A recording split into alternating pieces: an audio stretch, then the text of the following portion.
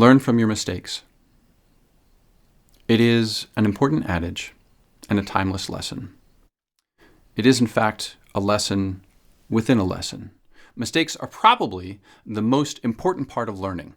Only by attempting and failing do we make the knowledge part of us, creating the neural pathways that allow us to improve and expand. I'm going to talk about two kinds of mistakes. The first are those that we commit intentionally, or rather, those that happen in the course of attempting to do or create or become something. These are the sort that learn from your mistakes typically are talking about. These are things like practicing a sport or becoming a surgeon or learning to juggle. The second kind, and where I'll spend most of my time today, are mistakes of intention.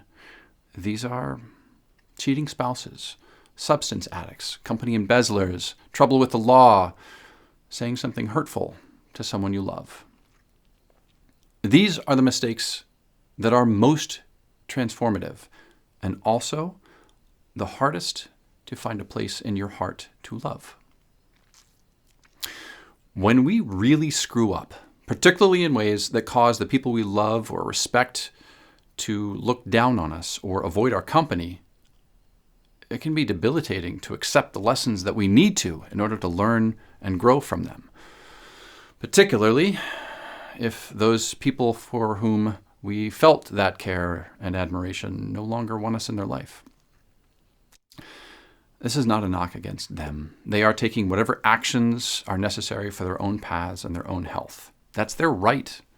This exercise is not to judge them for their choices, and in fact, attempting to do so will only impede our own growth and progress. Our ability to learn from these most difficult lessons depend in large part on how much compassion we have for ourselves, which in turn depends on what we think of ourselves.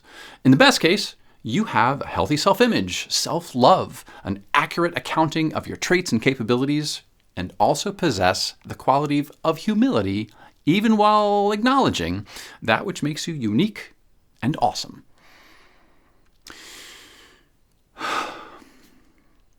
For too many of us, we are altogether too good at identifying our worst traits, sometimes even attributing ones that we don't actually possess. And then we minimize, dismiss, or even ignore our positive traits. We're afraid of having to live up to greatness, afraid of appearing prideful or narcissistic, afraid of the light of honest goodness within ourselves. Time spent in darkness renders sunlight painful and blinding. Here is one of the hardest lessons of my life. Love your mistakes. Love your mistakes. Not just the little ones, like dropping the balls when you're learning to juggle. You need to learn to love the big ones too. Like when you hurt someone you love so much that they divest themselves of you in their life. Do not excuse the mistake. Don't justify it. Don't validate it. Big mistakes have consequences, and you must bear those. Some tough love? One of those consequences is embracing what you did and loving it. Yes, I do mean love it. You cannot heal or make up for it until you love what you did. In this way, you love it like it's your own kid who broke the TV or crashed the car or hurt a sibling so badly you have to make an emergency room visit. And you still love them like anything. The person who committed those mistakes was an integral part of making the person you are right now, who is wiser and knows viscerally in your guts how important it is to never make that mistake again. You could not be the better person you are now were it not for those past decisions that the present person that you are now would never again make. You incurred a debt when you made that choice, took that action, or neglected something or someone you shouldn't have.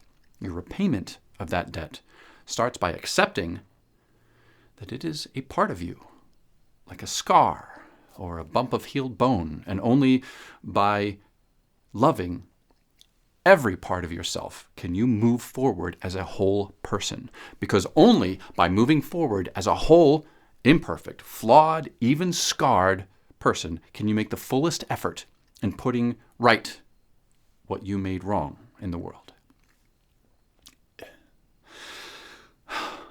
If you leave that part of yourself out, ignore it, regret it, disown it, then you are crippling your growth, your healing, and your ability to best give back. There is no atonement through pain, only through improvement, through becoming the sort of person that you yourself could respect, envy, and emulate. Confession, self-flagellation, penance all make us feel better by accepting and dwelling in pain and guilt. So let me say that again. Punishment is not atonement. To atone, improve. You make it better by making yourself better. You f***ed up. And when I say own it, I mean own it. Not like an armchair, but like your own arm. Don't confuse owning your mistakes and accepting your culpability with wallowing in self-pity and self-loathing, keeping you from becoming something and someone who can better contribute to the world and the people that you love. You add more to the world as a happy, fulfilled, generous person than as a dark dweller in pain and self-hate. Holding on to the pain and the shame gives us a perverse sense of justice, of self-righteousness, since we are spending time in a living purgatory to assuage our guilt for as long as we can bear it. In our perverse masochism, we see our suffering as a virtue. And any happiness, any positive actions, any growth are a betrayal or injustice, as though somehow becoming more means that we've escaped enough punishment, as though our pain is in any way a balance for the pain of the mistakes we caused.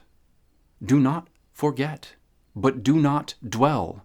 Learn, grow, move, act, become something more than you were. As critically important as this is, I feel compelled to say it cannot absolve you from paying the external debts that you've incurred, whether it be rebuilding things that you have broken, returning or paying back things that you took, accepting the dissolution of a friendship or a relationship, or for some things, doing time in incarceration. Loving your mistakes, accepting them as part of you, and growing from them is in addition to those things, not instead of.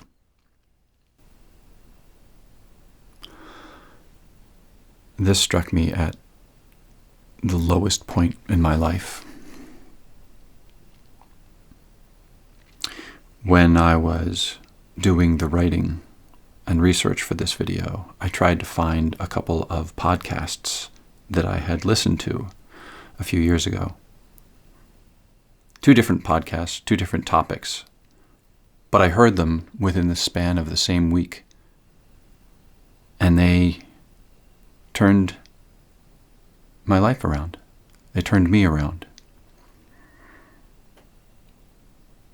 Because I was in such a state that I thought that there was no redemption for me. There was no purpose for me. And it was not until I heard those and understood that everything that I was going through changed and started to go forward. And I started to have things that I could give back.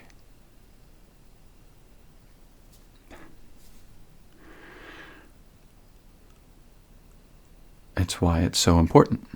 It's why I wanted to create this. It's why I wanted to share this. Because it transformed my life. If you are religious, pray.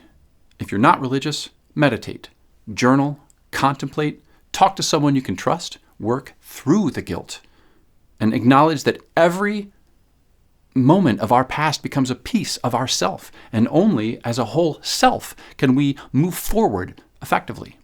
A little kid walking forward while looking backward is probably going to run into something they can't see. When you leave parts of yourself behind you, which include your bad decisions, then you too are a kid walking into a door jamb while thinking they're walking out of the room. There's a pretty important difference between these two kinds of mistakes, the intentionally versus of intention. You want to make as many of the first sort as is practical while making as few of the second as possible. Just because you need to love the weighty mistakes in order to grow as a mature person doesn't mean that you need to take on any more debt than you can avoid. As for the rest, go forth, attempt, mistake, and remember, love even the balls that drop. That means love yourself, all of yourself.